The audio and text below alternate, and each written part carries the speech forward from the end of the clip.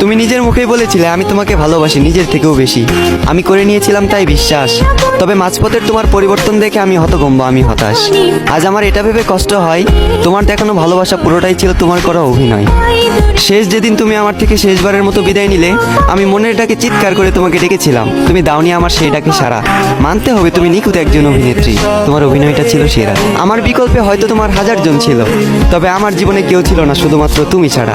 আজ তুমি অন্যের হাত ধরে পূর্ণতার পথে হাঁটো, আর আমি ব্যর্থতার পথে হাঁটি একা দিশেহারা। আমার বয়সটা খুবই অল্প, আর এই অল্প বয়সে বুকে জমা আছে দুঃখ শত শত।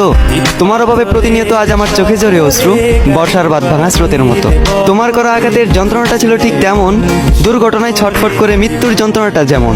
ভাগ্যিস পুনর্জন্ম বলতে কিছু হয় না, যদি পুনর্জন্ম বলতে কিছু হতো তাহলে আমি সে জন্মে তোমার পিছু নিতাম, ভালোবাসার অভিনয় করে একদিন ছেড়ে যেতাম, তোমাকে বুঝিয়ে দিতাম বিচ্ছেদের ব্যথাটা আসলে কেমন।